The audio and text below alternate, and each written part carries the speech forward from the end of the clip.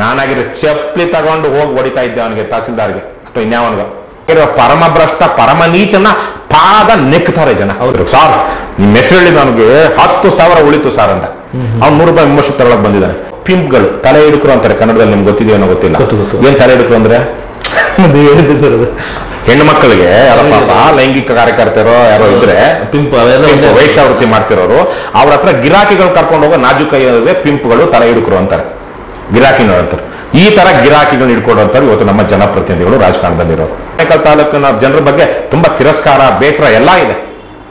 ಸಿದ್ದರಾಮಯ್ಯ ಹೆಸರು ಹೇಳಿದೆ ಅವನ ಲಂಚ ತಗೊಂಡು ಕಡಿಮೆ ಮಾಡ್ತಾನ?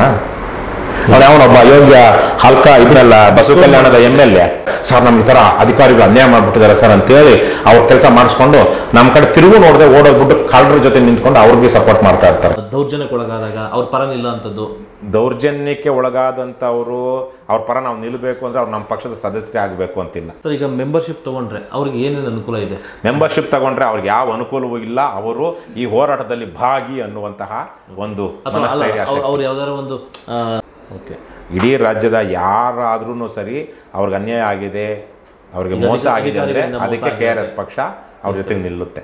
ಒಂದು ಹಂತದಲ್ಲಿ ಇತ್ತೀಚೆಗೆ ಸ್ವಲ್ಪ ನಾವು ಚೇಂಜ್ ಮಾಡಿದ್ದೀವಿ. ಏನು, ಬಹಳ ಜನ ಚೆನ್ನಾಗಿರುವಂಥ ಜನನೇ, ಆರ್ಥಿಕವಾಗಿ ಚೆನ್ನಾಗಿದ್ದಾರೆ, ಸಾಮಾಜಿಕವಾಗಿ ಚೆನ್ನಾಗಿದ್ದಾರೆ, ಒಂದಷ್ಟು ಪ್ರಭಾವ ಇರುತ್ತೆ, ಅವರಿಗೆ ಬೇರೆ ಕಡೆ ಮಾಡಿಸ್ಕೊಳಕ್ಕಾಗೋದಿಲ್ಲ. ನಮ್ಮ ಹತ್ರ ಬರ್ತಾರೆ, ಸರ್ ನಮ್ಗೆ ಈ ಥರ ಅಧಿಕಾರಿಗಳು ಅನ್ಯಾಯ ಮಾಡಿಬಿಟ್ಟಿದ್ದಾರೆ ಸರ್ ಅಂತೇಳಿ ಅವ್ರ ಕೆಲಸ ಮಾಡಿಸ್ಕೊಂಡು ನಮ್ಮ ಕಡೆ ತಿರುಗು ನೋಡದೆ ಓಡೋಗ್ಬಿಟ್ಟು ಕಳ್ಳರ ಜೊತೆ ನಿಂತ್ಕೊಂಡು ಅವ್ರಿಗೆ ಸಪೋರ್ಟ್ ಮಾಡ್ತಾ ಇರ್ತಾರೆ. ಅನೇಕ ಕಡೆಗಳಲ್ಲಿ ಹೀಗಾಗಿದೆ ನಮಗೆ. ವಿಶೇಷವಾಗಿ JCB, JDS ಕಾಂಗ್ರೆಸ್, ನಮ್ಮ ಆನೇಕಲ್ ತಾಲೂಕಲ್ಲಿ JDS ಕಾಂಗ್ರೆಸ್ BJP ಅಂತ JCBಗೆ ಹೆಸರಿಟ್ಟಿರೋದು.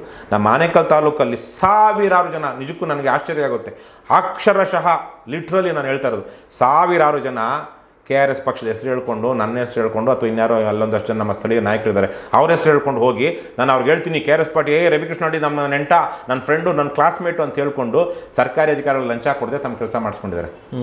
ಆದರೆ ಅವರು ಚುನಾವಣೆ ಬಂತು ಅಂದಾಗ KRS ಪಕ್ಷನೂ ಗೊತ್ತಿಲ್ಲ, ಅವರಿಗೆ ಯಾರೂ ಗೊತ್ತಿಲ್ಲ, ಅವ್ರಿಗೆ ಬೇಕಾಗಿರೋ ಪರಮ ಭ್ರಷ್ಟ ಪರಮ ನೀಚನ ಪಾದ ನೆಕ್ತಾರೆ ಜನ. ಅವ್ರಿಗೆ ಎಲ್ಲಿಂದ ದುಡ್ಡು ಬರುತ್ತೆ ನೋಡ್ತಾನೆ ತಗೊಂಡು, ದುಡ್ಡು ಜಾತಿ ಏನೇನೋ ಇರುತ್ತೆ. ಆದರೆ ಗೌರ್ಮೆಂಟ್ ಆಫೀಸ್ಗೆ ಹೋದಾಗ ನಾನು BJP ಕಾರ್ಯಕರ್ತ, ನಾನು ಕಾಂಗ್ರೆಸ್ ಕಾರ್ಯಕರ್ತ ಅಂತ ಹೇಳ್ಕೊಳ್ಳೋದು ದಮ್ಮೇ ಇಲ್ಲ. ಹೇಳ್ಕೊಳ್ಳೋದೇನು, ರವಿಕೃಷ್ಣ ರೆಡ್ಡಿ ನನಗೆ ಗೊತ್ತು ಅಂತ. ನನ್ನ ನಿಜಕ್ಕೂ ನಮ್ಮ ಆನೇಕಲ್ ತಾಲೂಕಿನ ಜನರ ಬಗ್ಗೆ ತುಂಬ ತಿರಸ್ಕಾರ, ಬೇಸರ ಎಲ್ಲ ಇದೆ. ಆ ಥರಕ್ಕೆ ಸಹಾಯ ಪಡ್ಕೊಂಡಿದ್ದಾರೆ. ಆದರೆ ಜೊತೆಗೆ ಬಂದಿದ್ದಾರಾ? ಇಲ್ಲ. ಹಿಂದೆ ಮುಂದೆ ನೋಡ್ತಾರೆ, ರವಿಕೃಷ್ಣ ರೆಡ್ಡಿ ಎಲ್ಲರೂ ಕಾಣಿಸಿದ್ರೆ ಅವ್ನು 100 ರೂಪಾಯಿ ಡೊನೇಷನ್ ಕೇಳ್ತಾನೆ, 200 ರೂಪಾಯಿ ಡೊನೇಷನ್ ಕೇಳ್ತಾನೆ ಅಂತ. ಈ ಥರ ಕಡು ನೀಚರಾಗ್ಬಿಟ್ಟಿದ್ದಾರೆ ನಮ್ಮ ಜನ. ಆದರೆ ನಾವು ಇವತ್ತೇನು ಮಾಡ್ತಾಯಿದ್ವಿ, ಆ ಥರಕ್ಕೆ ಯಾರಾದರೂ ಬಂದರೆ ನಮ್ಮ ಹತ್ರ ಸಹಾಯ ಕೇಳೋದಕ್ಕೆ ಮೊದಲು ಅವ್ನು ಮೆಂಬರ್ ಆಗಲಿ, ಒಂದೆರಡು ದಿವಸ ತಡೆಯುತ್ತಾ, ತಕ್ಷಣದ್ದೇನೋ ಈಗ ತಕ್ಷಣ ಅವನೇ ಪೊಲೀಸ್ ಸ್ಟೇಷನಲ್ಲಿ ಹಾಕೊಂಡು ಒದಿತಾ ಇದ್ದಾರೆ, ಅವನಿಗೆ ಅಕ್ರಮವಾಗಿ ಬಂಧಿಸಿಟ್ಟಿದ್ದಾರೆ ಅಂದರೆ ತಕ್ಷಣಕ್ಕೆ ರೆಸ್ಪಾಂಡ್ ಮಾಡ್ತೀವಿ. ಅವನ ಜಾತಿ ಕುಲ ಮತ ಯಾವುದೂ ಕೇಳೋದಿಲ್ಲ. ಬೇರೆ ಟೈಮಲ್ಲೂ ಜಾತಿ ಮತ ಕುಲ ಯಾವುದೂ ಕೇಳೋಲ್ಲ, ಅದು ಬೇರೆ.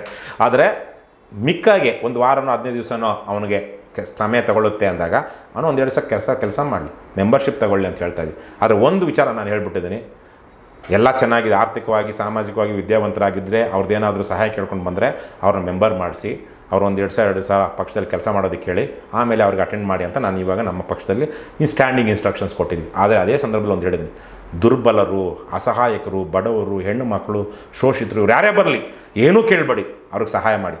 ನಮಗೇನಾಗುತ್ತೋ ಬಿಡುತ್ತೋ ಪುಣ್ಯ ಅಂತೂ ಬರುತ್ತೆ, ಪುಣ್ಯ ಬರುತ್ತೆ. ಅವರು ನಮ್ಮ ಜೊತೆಗೆ ನಿಲ್ತಾರೋ ನಿಲ್ಲಲ್ವೋ, ಅವ್ರು ಎಲೆಕ್ಷನ್ ನಮ್ಗೆ ಓಟ್ ಹಾಕ್ತಾರೋ ಬಿಡ್ತಾರೋ, ಇನ್ಯಾರಿಗೂ ದುಡ್ಡು ತಗೊಂಡು ಓಟ್ ಹಾಕ್ತಾರೋ ತಲೆನೇ ಕೆಡಿಸ್ಕೊಳ್ಬೇಡಿ. ಆದರೆ ಎಲ್ಲ ಗೊತ್ತಿದ್ದು ವಿದ್ಯಾವಂತರು ದುಡ್ಡಿರೋರು ಮಾಡ್ತಾರಲ್ಲ ಅವ್ರನ್ನ ಮಾತ್ರ ಮರಿಬೇಡಿ. ನಮ್ಮ ಸಹಾಯ ಪಡ್ಕೊಂಡು ನಮ್ಮ ಜೊತೆಗೆ ನಿಲ್ಲದೇ ಇರ್ತಾರಲ್ಲ ಅವ್ರನ್ನ ಮತ್ತೆ ಇನ್ನೊಂದು ಸಲ ಎಂಟರ್ಟೈನ್ ಮಾಡಬೇಡಿ, ಹತ್ರಕ್ಕೆ ಸೇರಿಸ್ಬೇಡಿ. ಸಾಯಿಲಿ ಅವರು ಬಂದರೆ ಏನಾದ್ರು ಅವ್ರು ಹಾಳಾಗೋದು, ನಮಗೆ ಬೇಕಾಗಿಲ್ಲ. ಆದರೆ ಬಡವರು ನಮ್ಮ ಹತ್ರನೇ ಸಹಾಯ ತಗೊಂಡು ನಮ್ಮಿಂದನೇ ಏನೋ ಅವ್ರಿಗೆ ಅನುಕೂಲ ಆಗಿ ಮಾರನೇ ದಿವಸನೇ ಇನ್ನೊಬ್ರ ಹತ್ರ ಹೋಗಿದ್ದಾರೆ ಅಂದ್ರೂ ಬೇಜಾರು ಮಾಡ್ಕೊಳ್ಬೇಡಿ. ಅವ್ರಿಗೆ ಅವರ ಅಮಾಯಕರು, ಮುಗ್ಧರು, ಅವ್ರಿಗೆ ಮಾಡಬೇಕಾಗಿರೋ ಕೆಲಸ ನಾವು ಮಾಡ್ತಾ ಹೋಗೋಣ ಅಂತ. ಸೊ ಹಾಗಾಗಿ ನಾವು ರಾಜ್ಯದ ಯಾರೇ ಯಾವುದೇ ಹಾಗೆ ಹೇಳಿದಲ್ವ, ಎಷ್ಟೋ ಪಕ್ಷಗಳವರು. ನಾನೊಂದು ಸಲ ಇಲ್ಲಿ ಬೆಳಗಾವಿಯಲ್ಲಿದ್ದಾಗ ನಾವೊಂದು ಈಗ ಯಾವುದೋ ಒಂದು ಕರ್ನಾಟಕ ಯಾವುದೋ ಒಂದು ಅನೇಕ ಹೋರಾಟಗಳು ಮಾಡಿದ್ವಲ್ಲ ನಾವು, ಅನೇಕ ಅಭಿಯಾನಗಳು ಮಾಡಿದ್ವಿ ರಾಜ್ಯಾದ್ಯಂತ. ನಾನಂತೂ ಇಡೀ ರಾಜ್ಯದ ಮೂಲೆ ಮೂಲೆ ಸುತ್ತಿದ್ದೀನಿ ಅದು ಹಲವಾರು ಸಲ. ಅಲ್ಲೊಂದು ಬಂದಾಗ ಬಂದ್ಬಿಟ್ಟು, ಸಾರ್ ನಿಮ್ಮ ಮೆಂಬರ್ಶಿಪ್ ತಗೋಬೇಕು ಸಾರ್ ಅಂತ.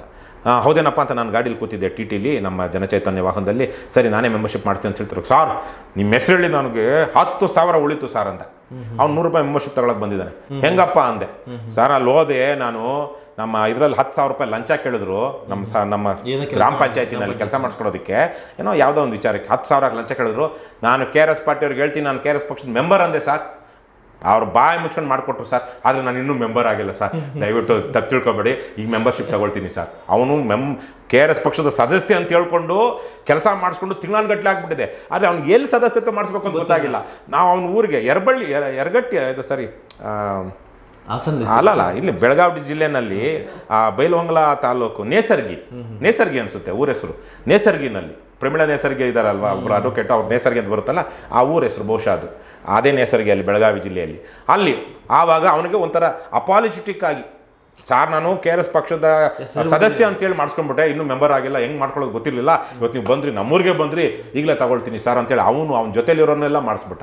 ಸೊ ಈ ಥರಕ್ಕೆ ಬಹಳಷ್ಟು ಕಡೆಗಳಲ್ಲಿ ಜನ KRS ಪಕ್ಷದ ಸಹಾಯ ಪಡ್ಕೊಂಡಿದ್ದಾರೆ.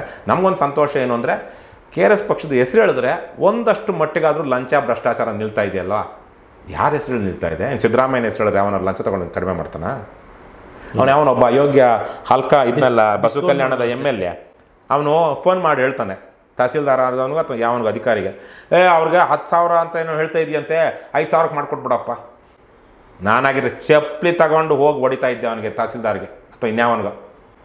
ನನ್ನ ತಾಲೂಕಿನಲ್ಲಿ ನನ್ನ ಕ್ಷೇತ್ರದಲ್ಲಿ ಬಂದು ಬಡವನಿಗೋ ಅಥವಾ ಇನ್ಯಾವನಿಗೋ ಅಥವಾ ಅಸಹಾಯಕನಿಗೋ ಅಥವಾ ಒಬ್ಬ ನಾಗರಿಕ ಪ್ರಜೆ, ಅವನು ಶ್ರೀಮಂತನೇ ಆಗಿರಲಿ, ಅವನ ಹಕ್ಕು ಕೇಳ್ತಾ ಇದ್ದಾನೆ.